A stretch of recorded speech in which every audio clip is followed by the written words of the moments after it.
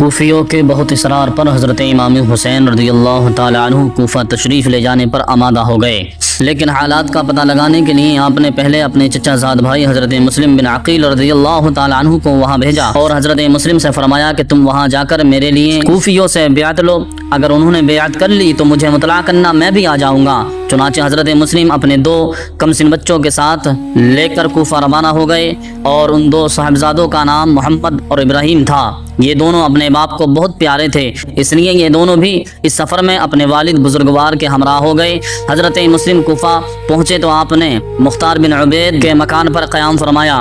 آپ کی تشریف آوری کی خبر سن کر جوق در جوق مخلوق آپ کی زیارت کو آئی، اور 12,000 سے زیادہ تعداد نے آپ کے دست مبارک پر حضرت امام حسین رضی اللہ تعالی عنہ کی بیعت کی۔ حضرت امام مسلم نے اہل عراق کی محبت و عقیدت دیکھ کر حضرت امام رضی اللہ تعالی عنہ کی جانب عریضہ لکھا، جس میں یہاں کے حالات کی اطلاع دی اور التماس کیا کہ آپ جلدی تشریف لے آئیں تاکہ بندگان خدا یزید کے ناپاک شر سے محفوظ رہیں اور دین حق کی تائید ہو۔ حضرت امام مسلم رضی اللہ تعالی عنہ جب کوفے پہنچے تو 12,000 سے زیادہ عراقیوں نے حضرت امام حسین رضی اللہ تعالی عنہ کی بیعت امام مسلم کے ہاتھ پر کر لی۔ یہ صورتحال دیکھ کر امام مسلم نے حضرت امام حسین رضی اللہ تعالی عنہ کو لکھا، آپ جلدی تشریف لے آئیں۔ ادھر جب یزید کو اس صورتحال کا پتہ چلا تو اس نے حاکم بصرہ عبید اللہ بن زیاد کو حکم بھیجا کہ وہ فوراً کوفہ پہنچ کر لوگوں کو امام حسین رضی اللہ تعالی عنہ کی بیعت سے روکے، اور جنہوں نے بیعت کر لی ہے انہیں خبردار کرے۔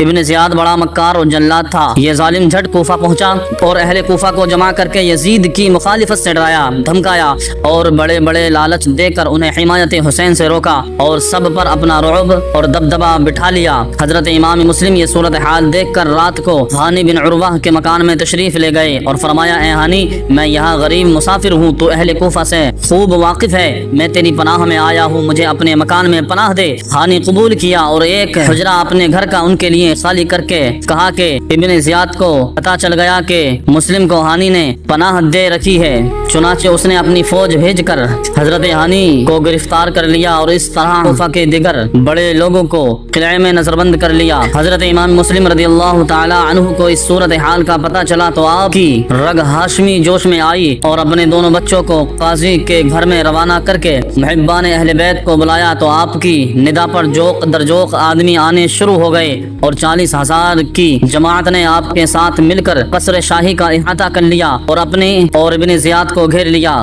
قریب تھا کہ ابن زیاد اس کے ساتھی گرفتار ہو جاتے کہ ابن زیاد نے ایک چال چلی، اور وہ یہ کہ اس نے کوفہ کے جن بڑے بڑے آدمیوں کو قلعے میں نظر بند کر رکھا تھا انہیں مجبور کیا کہ تم چھت پر جا کر اہل کوفہ کو سمجھاؤ اور ڈراؤ اور انہیں مجبور کر کے مسلم سے الگ کرو۔ یہ لوگ ابن زیاد کی قید میں تھے اور جانتے تھے کہ اگر ابن زیاد کو شکست بھی ہوئی تو وہ قلعہ فتح ہونے تک ان کا خاتمہ کر دے گا۔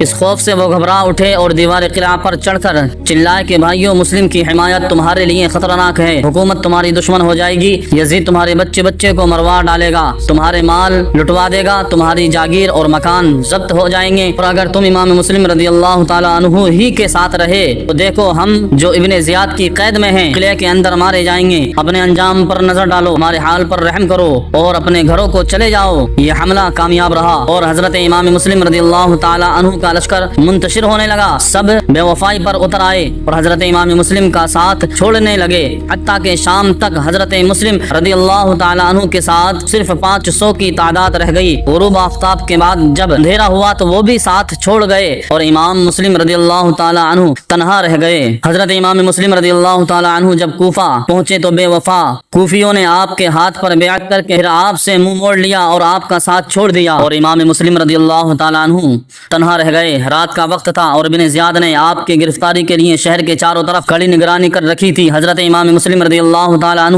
بھوکے پیاسے ایک مسجد میں بیٹھے رہے، رات کو باہر نکلے، راستے کا علم نہ تھا، دل میں کہتے جاتے افسوس، دشمنوں میں گھرے نہ کوئی ہمدم ہے، نہ کوئی راز دل سنے، نہ کوئی قاصد ہے کہ حسین کو ہماری خبر کرے۔ اسی طرح حیران پریشان ایک محلے میں پھر رہے تھے، وہاں ایک بڑھیا نامی کو دیکھ کر اس سے پانی طلب فرمایا تو اس نے پانی پلایا اور یہ معلوم کر کے کہ یہ غریب الوطن مسلم ہے، میں اپنے مکان میں جگہ دی۔ اس عورت کا بیٹا بن زیاد کا آدمی تھا، اس نے ابن زیاد کو خبر دے دی کہ مسلم ہمارے گھر میں ہے۔ ابن زیاد نے اپنی فوج بھیج دی جس نے بڑھیا کے مکان کا محاصرہ کر لیا اور چاہا کہ حضرت مسلم رضی اللہ تعالیٰ عنہ کو گرفتار کر لیں۔ حضرت امام مسلم رضی اللہ تعالیٰ عنہ کو اس محاصرے کا پتہ چلا تو آپ نے تنہا تلوار لے کر ابن زیاد کے لشکر پر ٹوٹ پڑے جیسے شیر ببر بکریوں کے ریبڑوں پر حملہ کرتا ہے۔ آپ کے حملے سے دل دہلنے لگے اور بہت آدمی زخمی ہوئے اور بہت سے مارے بھی گئے۔ ان ظالموں نے پھر در و دیوار پر چڑھ کر آپ پر پتھر برسانے شروع کر دیے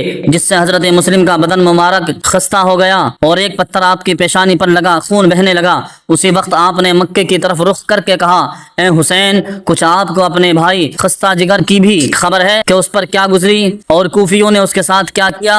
افسوس میرے حال زار کی آپ کو خبر کون پہنچائے اور کون آپ کو یہاں آنے سے روکے۔ اسی اثنا میں ایک اور پتھر آ کر آپ کے لب و دندان پر لگا، منہ سے خون جاری ہوا، داڑھی مبارک رنگین ہو گئی تو اب مجبور ہو کر ایک دیوار سے تکیا لگا کر یعنی ٹیک لگا کر بیٹھ گئے۔ ایک نامرد نے گھر میں سے آ کر آپ کے سر پر تلوار ماری جس سے اوپر کا ہونٹ کٹ گیا۔ آپ نے اسی حال میں اسے بزدل کو جہنم رسید فرما دیا اور پھر دیوار سے تکیا لگا کر بیٹھ گئے، ٹیک لگا کر بیٹھ گئے اور فرمانے لگے، الہی میں اس وقت پیاسا ہوں۔ آپ کی یہ فریاد سن کر وہی بڑھیا گھر میں سے پانی لائی اور آپ کو دیا۔ آپ نے منہ سے لگایا مگر اس میں خون مل گیا، اس لیے آپ نے پھینک دیا۔ بڑھیا نے دوبارہ دیا، وہ بھی خون آلودہ ہو گیا۔ پھر اور دیا، اس میں آپ کے دانت نکل کر گر پڑے۔ بس آپ نے پیالہ ہاتھ سے رکھ کر فرمایا، خدا کو منظور ہی نہیں ہے۔ پیچھے سے کسی نے نیزہ مارا جو پشت کے پار ہو گیا۔ ظالموں نے دوڑ کر پکڑ لیا اور آپ کو ابن زیاد کے پاس لے آئے۔ ابن زیاد ظالم نے حکم دیا کہ انہیں چھت پر لے جا کر قتل کیا جائے۔ چنانچہ ایک ظالم آپ کا ہاتھ پکڑ کر آپ کو چھت پر لے گیا۔ حضرت مسلم جاتے تھے، درود پڑھتے اور کہتے جاتے، اللہم احکم بیننا و بین قومنا بالحق۔